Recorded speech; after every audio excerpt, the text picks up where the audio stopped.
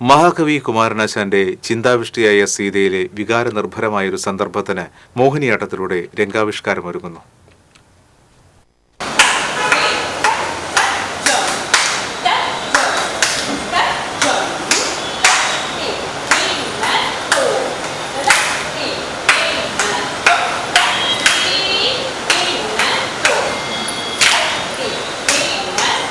ശ്രീനാരായണ ഗുരുവിൻ്റെ കൃതികൾ ഭാരതീയ നാട്യകലകളിലൂടെ അവതരിപ്പിക്കുന്ന ദൈവദശകം കൂട്ടായ്മയുടെ എൻ്റെ ഗുരു പദ്ധതിയുടെ ഭാഗമായാണ് മോഹിനിയാട്ടം ആവിഷ്കാരമൊരുങ്ങുന്നത്.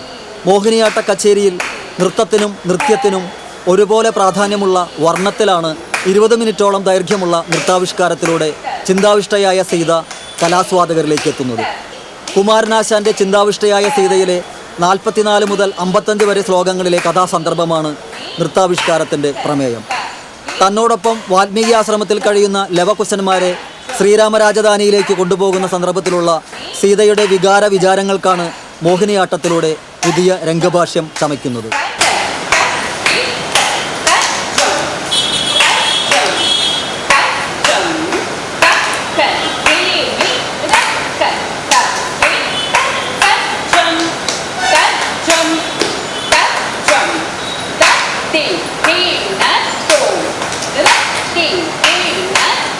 സീതാദേവിയുടെ കുറ്റബോധവും അന്ന് ശ്രീ ലക്ഷ്മണൻ പറഞ്ഞത് കേൾക്കാതെ ഞാൻ ചെയ്തതിനുള്ള ഒരു ഇതാണല്ലോ എനിക്ക് ഇന്ന് ഭവിച്ചിരിക്കുന്നത്. അതിൻ്റെ വിഷമവും കാണിക്കുന്ന ഒരു സന്ദർഭമാണ് ഇതിലേക്ക് ഞാൻ മോഹിനിയാട്ടം വർണ്ണത്തിന് വേണ്ടിയിട്ട് ചെയ്തിരിക്കുന്നത്. സഞ്ചാരി ഭാവം അവിടെയാണ്.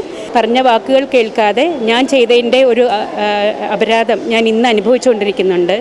ഇപ്പോഴും ഒരുപാട് ജാനകിമാർ അങ്ങനെയുണ്ട്. അതൊന്നും ഭവിക്കാതിരിക്കട്ടെ ലോകത്തേക്കെന്നുള്ളൊരു മെസ്സേജാണ് ഇതിൽ കൊടുക്കുന്നത്. സംസ്ഥാനത്തെ വിവിധ ജില്ലകളിൽ നിന്നും സംസ്ഥാനത്തിന് പുറത്തു നിന്നുമുള്ള 20ഓളം മോഹിനിയാട്ടം അധ്യാപകരായ കലാകാരികളും കലാകാരന്മാരുമാണ് പരിശീലനം നേടുന്നത്. പരിശീലനം പൂർത്തിയായാൽ ആദ്യ അവതരണത്തിന് ശേഷം ഇവർ പരിശീലിപ്പിക്കുന്ന നൃത്തസംഘങ്ങൾ കുമാരനാശാൻ്റെ ചരമശതാബ്ദി ആചരണത്തിൻ്റെ ഭാഗമായി സംസ്ഥാനത്തെ വിവിധ വേദികളിൽ ചിന്താവിഷ്ടയായ സീത അവതരിപ്പിക്കും. കലാമണ്ഡലം ഗണേശൻ രചിച്ച് കലാമണ്ഡലം കവിതാ കൃഷ്ണകുമാർ സംവിധാനം നിർവഹിക്കുന്ന ഈ മോഹിനിയാട്ട നൃത്താവിഷ്കാരത്തിന് ഡോക്ടർ തൃശൂർ കൃഷ്ണകുമാറാണ് സംഗീതം നൽകുന്നത്. Cultural desk TCV.